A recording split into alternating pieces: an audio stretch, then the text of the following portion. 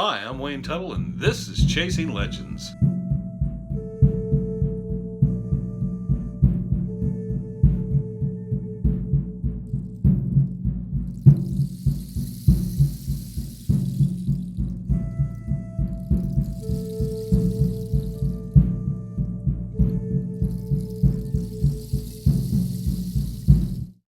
Alright, welcome back to Chasing Legends. Hard to believe it's been 98 consecutive weeks we've been doing these. I think this is the 99th. So we'll be hitting the big 200 on full episodes of Chasing Legends going back a number of years. We used to do them mainly for the episodes, in between episodes. We release the episodes every 2 weeks, and we started doing the Chasing Legends in between and then every week, just when we released episodes, and then sporadically during the year. Which meant you might have anywhere from 12 to 24 to 30 a year. And then we decided, once we got kind of put into the COVID and the issue there, we started doing these every week. So we've been doing those now 99 straight weeks, so you can almost count off your COVID like that. Anyhow, one of the things I get is everybody always, message me and goes, there's a big stack of books, which you can see right there. And they always go, what are you doing, man? You're going through those because the pile does change. And this last week, the ones I got through, these are the ones I finished up. Chasing Geronimo, which was the journal of Leonard Wood when they were hunting down Geronimo with Nelson, General Nelson, Miles Nelson, I believe it was. But anyways, pretty good book. It's a journal book about his journals, straight from his journals, and all pretty cool. And this one I just picked up from our last episode, the missions of, so it's cool. It's the 1935 field documentation, and, some nice pictures and definitely some nice drawings and sketches and kind of like their blueprints over all that stuff. So it was very cool. And then the last one was a gift, actually, from a good friend, Steve Bowser. And I appreciate this, Steve. I don't know if you watch our stuff. If you ever do, catch this at the beginning, because you probably watch at the beginning and go, I've been there. Anyways, he has these very limited, I'm sure, bark notes bound. And he got me a copy of these, so I have my own nice copied, bound copied out on the bookshelf, which I appreciate so much, rather than digging out the worn out papers and having to reprint them as I go through, and the highlight marks and all those things. So very cool there. It's kind of what we're up to. Go down below, hit subscribe, hit the notification bell, and most of all, go over to the About section, pick up a t-shirt. Legend of the Superstition Mountain Dutch Hunter Rendezvous, black, gray, short sleeve, long sleeve. So what are we about to get into this week? This week we'll kind of get into a bit of a personal narrative here. I work for a utility company in Arizona. Some of you know who I work for, some of you don't. It's not easy. It's not hard to figure it all out because there's mainly two main companies in Arizona, but for the sake of the job and so forth, I don't need to go out there if somebody has some sort of issue with anything I say, which I kind of steer away from anything controversial. But anyhow, companies treated me very well over time. During this period of time we're speaking of, and this would have been sometime in the early 2000s, I was out doing what's called AMI meter replacement. And what we were doing is replacing the old meters, functional meters, with new meters. And these new meters are kind of cool. They basically radio in and say, hey, I'm working. Hey, somebody shut me off. They kind of work with us.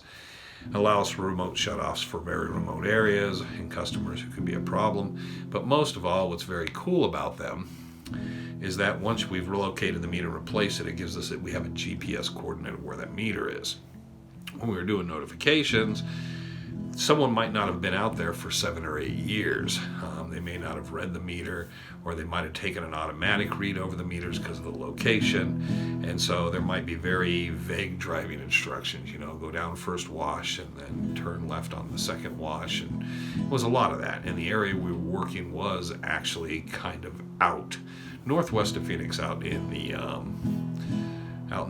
south of the Morristown, kind of general due south of the Morristown area, out towards the Hassayampa River area.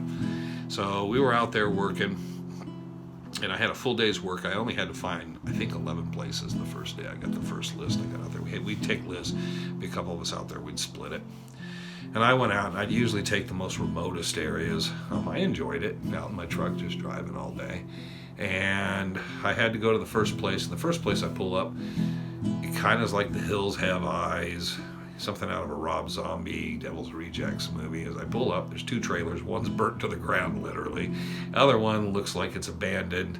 There's an old well. I can tell that's the well I need to post at. And I'm looking around for anybody there, and there's 2 people sitting in lawn chairs, like just enjoying the sun. So I pull up, and the guy gets up, waves, starts walking over.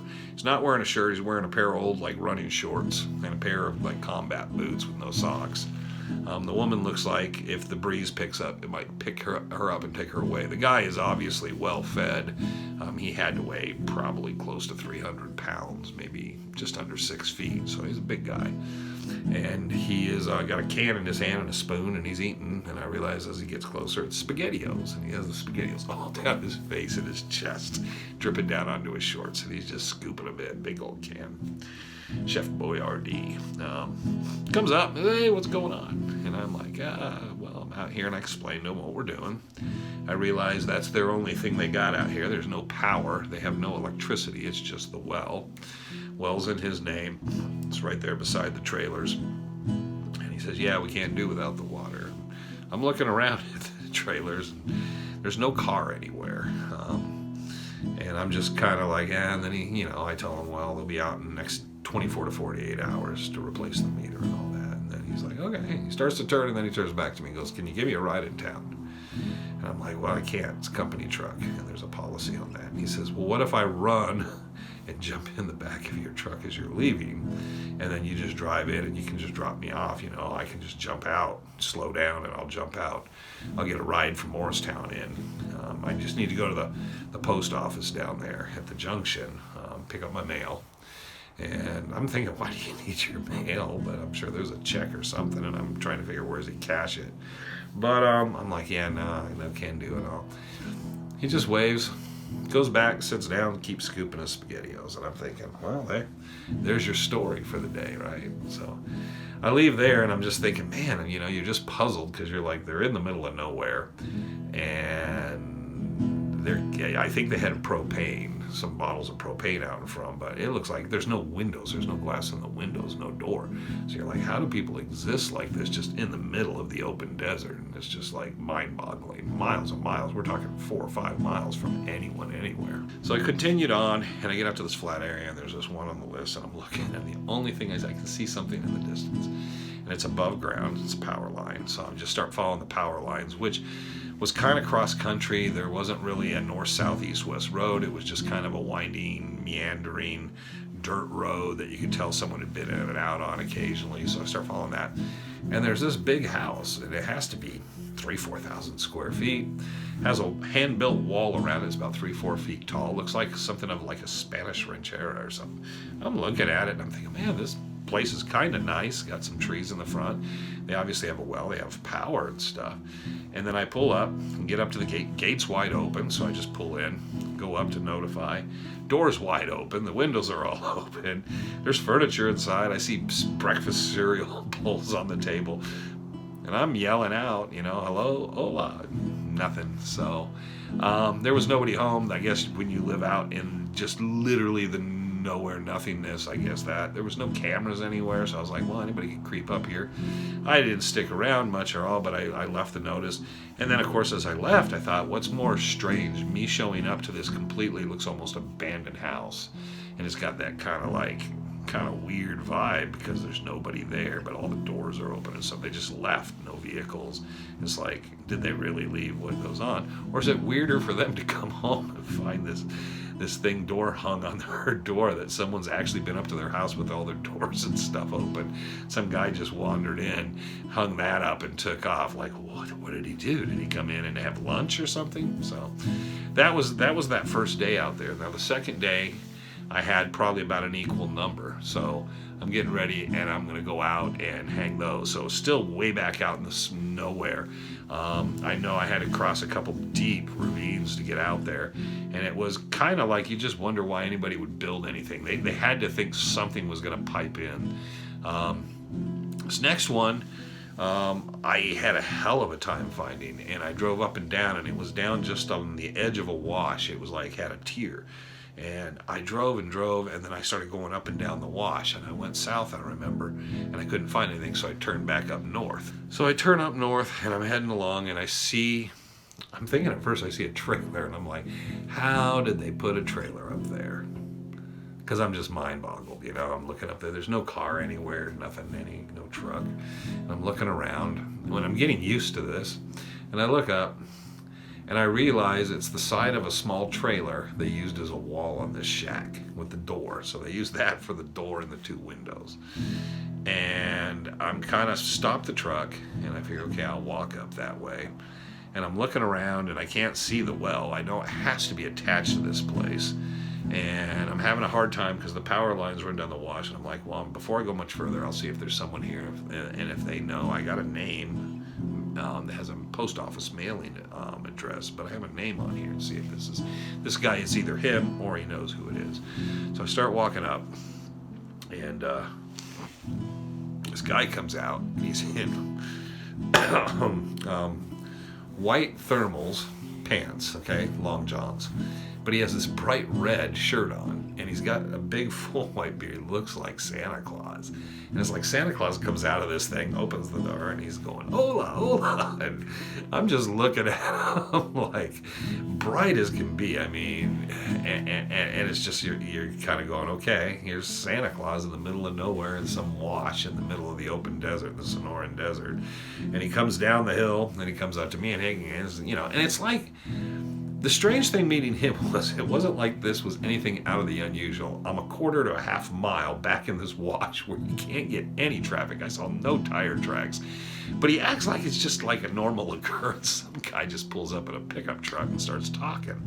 So he comes down, nice gentleman, just starts talking away. How's it going? The weather's great and all this stuff. And I'm asking about the well.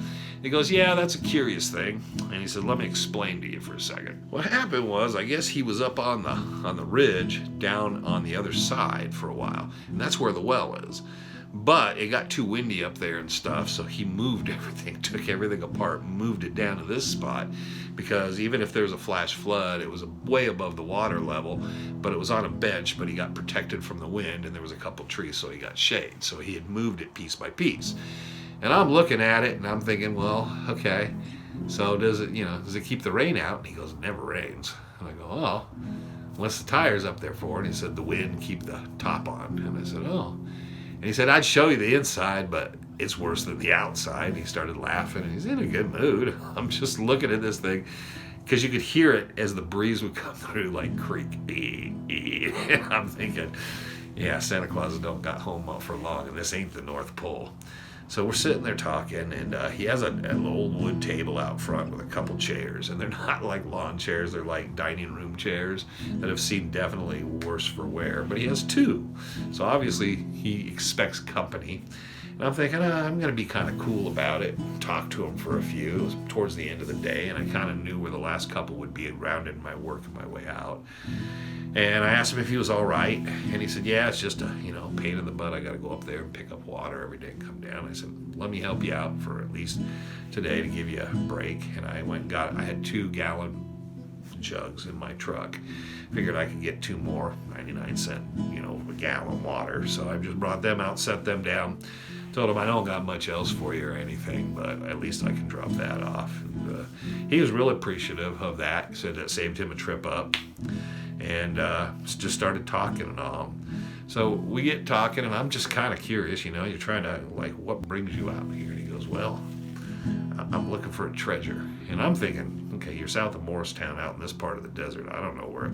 I've never heard a treasure story, but I'm game, right? It's a nice afternoon. Let's talk treasure hunting. So he had met a man out there about 15, 20 years earlier.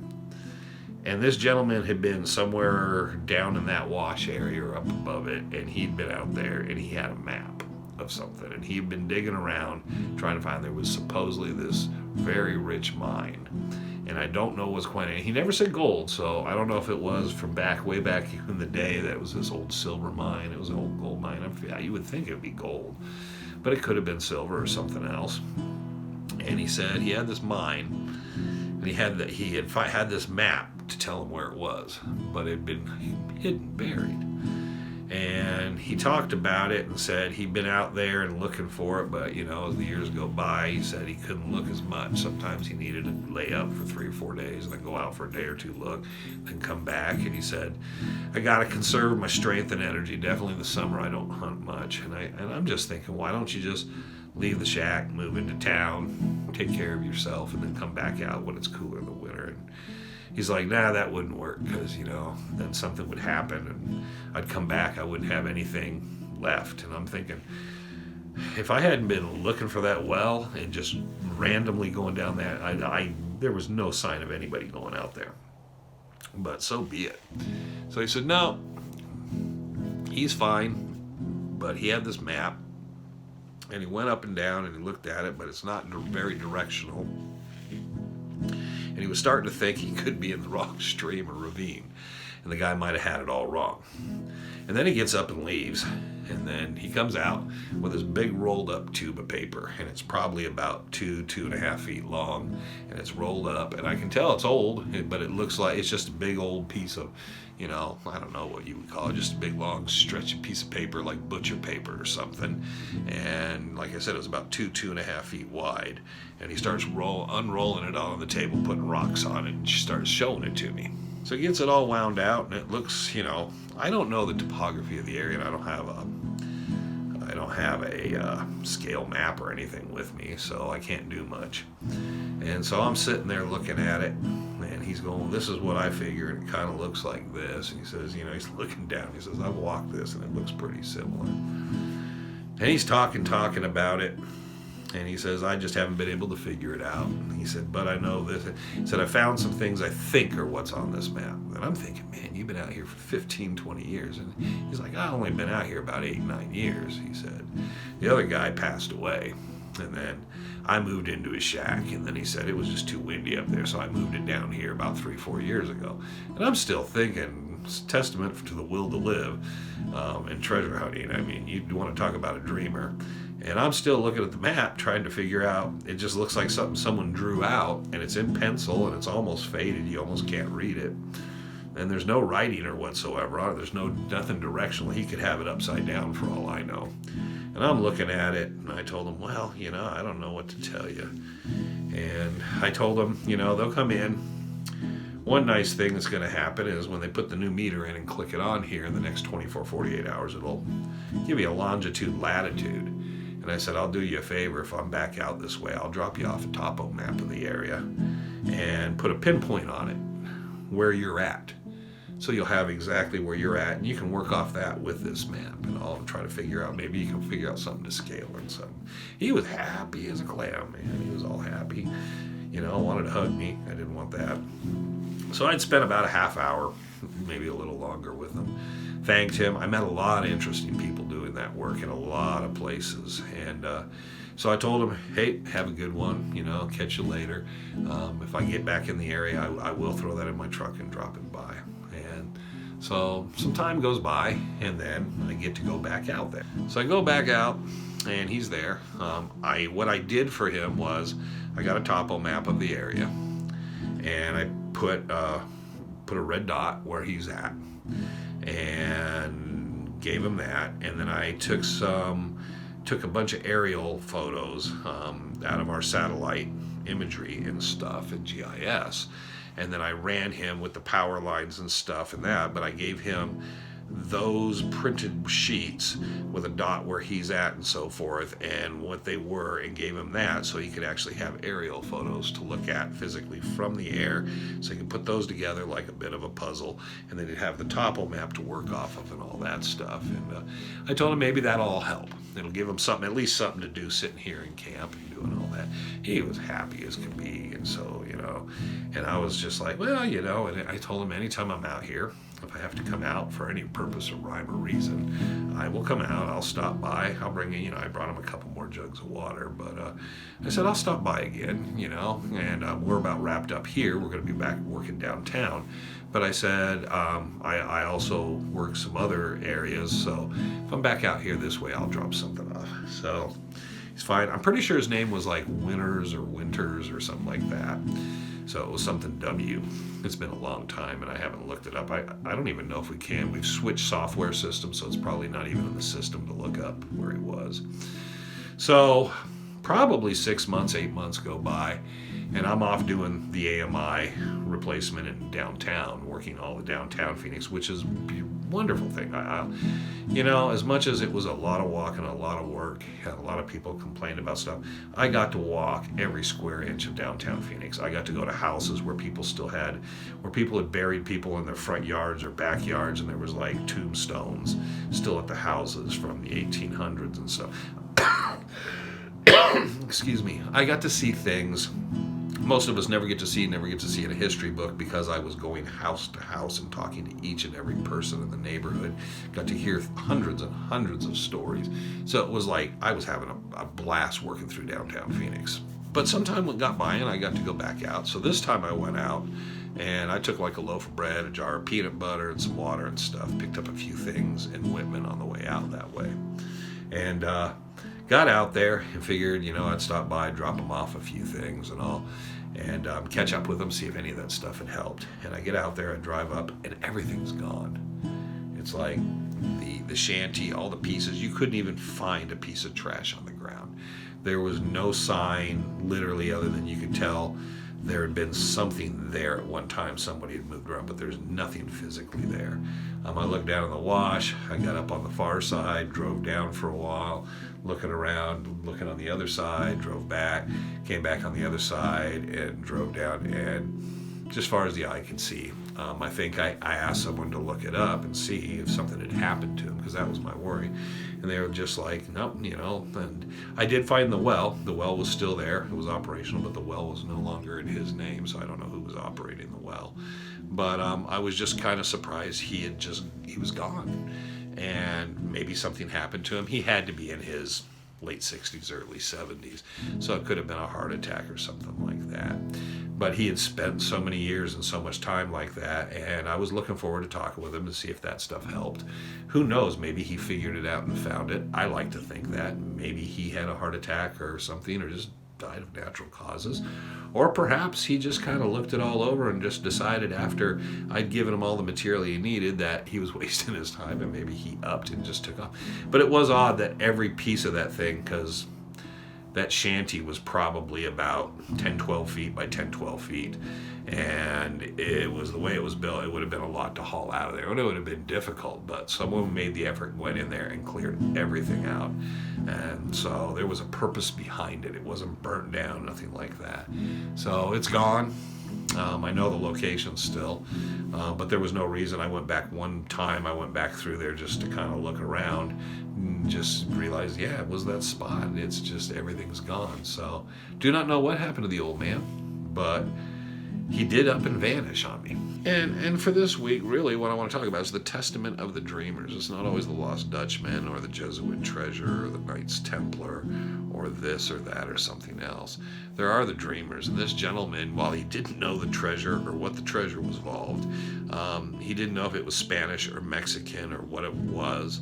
He just knew there was supposed to be something there, and it was very rich, and he thought it was a mine, and this guy had really searched for it for probably 20, 30 years, and then he spent a significant time looking for it. And I don't know his rhyme reason in life for wanting to be out there and spending that significant amount of time searching for years and years and years. Maybe it was just something he needed, he just needed to get away. And in a way, I think we all can be envious of that, is when someone definitely puts in that significant time of just on their own. I can't imagine day after day, week after week, month after month, year after year of just literally no one. No one's coming by, no one's out there. I met so many wonderful, interesting people doing that work, and some people were literally just past the pioneers era. They'd come out here in the 20s and 30s to Phoenix and built family businesses and helped build this town. And I always loved to listen to those stories, but I love to listen to the treasure hunting stories too. And this one was one I just did not expect, in that flat, open, just barren area that I've never heard of anything remotely of just any mineralization or anything ever going on out there. Never had any stories or anything, and yet this guy, something had happened, and one guy, as far as I knew, it was all just cattle and sheep all the way from Wickenburg in past Surprise coming into town.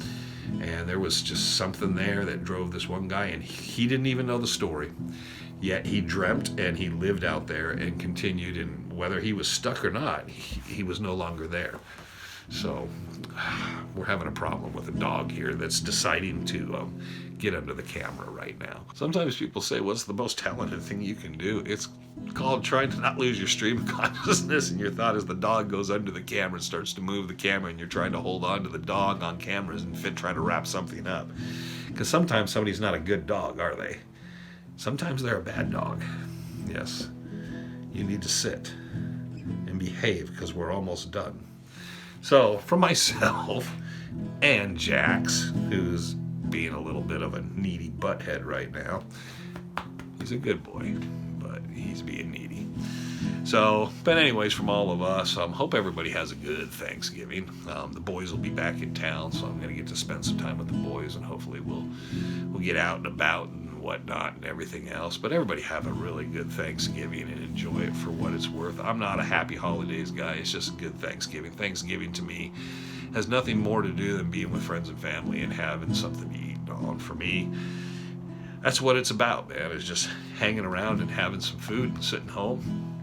And I can even extend it to watching some good football possibly on Thursday. But other than that, I mean, why I don't know, understand, and like here we are here. You don't need to make everything political about everything else. I do hate that, and probably as political as I'll get is I hate the fact we live in an age where everybody wants to make everything bad and try to just bum us out for anything we do. You're not allowed to have happiness anymore for anything. And if you're not harming anyone specifically for anything by sitting down with a meal with friends and family and saying Happy Thanksgiving, I don't get it. But there are people out there, and we don't need any political comments on this. It's just a human thing. It's just, it's kind of like people wear them shirts say be kind. Well, that's part of it.